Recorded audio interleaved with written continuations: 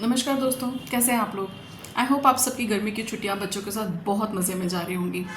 अभी जिन पेरेंट्स के साथ कंसल्टेशन हुआ उसमें एक बात सामने आई कि हम लोग मिस कर रहे हैं, हमारे बच्चे बोलने लगे हैं, समझने लगे हैं, स्कूल में अच्छे से बात करते हैं, फ्रेंड्स के सामने कुछ अजीब बिहेवियर है, उतना मिंगल नहीं हो पाते जितना एक्सपेक्ट हम कर रहे हैं। सोशल बिहेवियर थोड़ा सा शाय है, इंटरैक्टिव कम्युनिकेशन एज अप्रोप्रिएट नहीं है, समझ नहीं आता मैम कहाँ कमी है, क्या करें। अभी लेटेस्ट जिस पेशेंट से मेरी बात हुई उनसे बात की करके फिर मैंने कुछ और पॉइंट्स समझने की कोशिश की।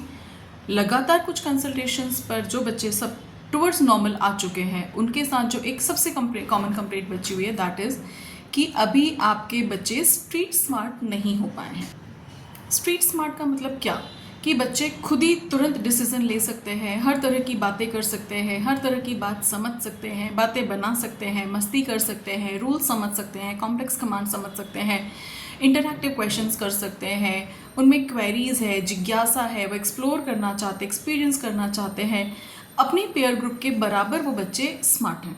इसके पीछे वजह शायद हमारी एक्स्ट्रा ओवर केयर पेरेंटिंग है, जो हो सकता है ये आप लोगों के ऊपर एप्लीकेबल ना हो, पर जिन लोगों के लिए एप्लीकेबल है, जिन लोगों से बात करके समझ आया दैट केम अराउंड कि क्या आपने अपने बच्चों के दोस्तों को घर बुलाया है, क्या आपने अपने बच्चे को अपने दोस्तों उनके दोस्तों के घर भेजा है, क्या आपका बच्चा आपके बिना अपने फ्रेंड्स के साथ इंटरैक्ट करता है, क्या आपके बच्चे के दोस्त बिना फ़ोन के, बिना मोबाइल के आपके बच्चे के साथ टॉयज़ एक्सचेंज करते हैं, शेयर करते हैं, प्रिटेंड प्लेस, कॉम्प्लेक्स गेम्स खेलते हैं। अगर आपके बच्चे को ये माहौल मिलेगा पीयर प्ले का, प्ले डेट्स का, प्रिटेंड प्लेस का, इंटरैक्टिव प्लेस का विद पीयर ग्रुप, तो ही आपके बच्चे को वो माहौल मिलेगा जो आप चाहते हैं आपके बच्चे में डेवलप करना। देखिए, जब बच्चे आपस में खेलना शुरू करते हैं वो बहुत तरह की बातें करते हैं, बहुत सारे तरह के उनके अलग अलग थॉट प्रोसेसेस होते हैं, एक्सप्रेशंस होते हैं। जैसे एक छोटू है, उसको कार्स के साथ खेलना पसंद है, दूसरा छोटू कार का एक्सीडेंट करता है, तीसरा छोटू कार को उसका मैकेनिक बन जाता है। आपके छोटू को कार से किस तरह से खेलना पसंद है, व्हील्स के साथ। पर अगर 3 अलग अलग छोटू कार के अलग अलग वेरिएशंस में गेम खेलेंगे तो आपके छोटू को एक्सपोजर मिलेगा।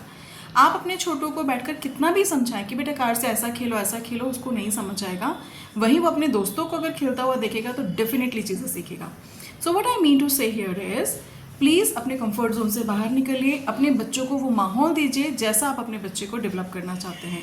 दोस्तों के घर जाना, दोस्तों को घर बुलाना, प्ले डेट्स पे ले जाना, आपके बिना, पेरेंट्स के बिना थोड़ी देर उनको खुद से खेलने देना, ऑब्जर्व करने देना। आपका बच्चा हो सकता है टॉय शेयर नहीं करता है, लड़ता है, बट उसको माहौल अगर देंगे तो डेफिनेटली वो सीखेगा। तो I just hope this small tip will work. Play dates plan कीजिए, जैसे आप बचपन में नानी के घर जाके बहुत सारे पड़ोस के बच्चों के साथ खेलते थे, आपके घर दोस्त आके धमा चौकड़ी मचाते थे।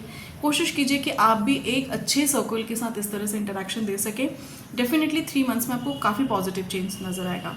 सो I hope it helps you. All the best, stay safe.